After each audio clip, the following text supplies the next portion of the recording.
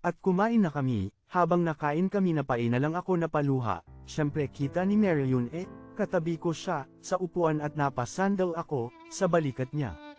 At pinakalma, niya na lang ako sabay hawi, sa buhok ko, at sabi pa niya tigil na. Bukas papasok na yun si Ma'am Sofia, at pagkayubos ko ng pagkain ko ako rin ang, kumain ng para sana, kay Sofia. Concho pa, ng manga ka-clays ko, ikaw rin pala kakain yan. Kala namin bibigay mo kay Ate Mera. Sagot ko busog na daw. At sabi pa ni Mera sakin subuan mo na lang chicken at ginawa ko. Pagtapos ko kumain, nagpaalam ako Mera na baba pa lang ako saglit. Sabi niya bilasan mo, lang may next class tayo, sagot ko oo, at bumaba na ko para uminom ng tubig pero tulala pa rin ako, after 5 minutes, dun lang ako umakyat.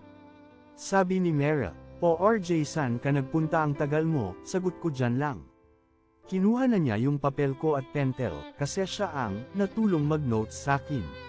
Makalipas ang 5 months sa wakas graduate na kami. Pagtapos ko ng kolehiyo, hindi ko inaasya na magkikita kami ni Sofia, parehas na kaming guro. After 4 months naging kami rin. Makalipas ang 10 months kinasal rin kami. The end.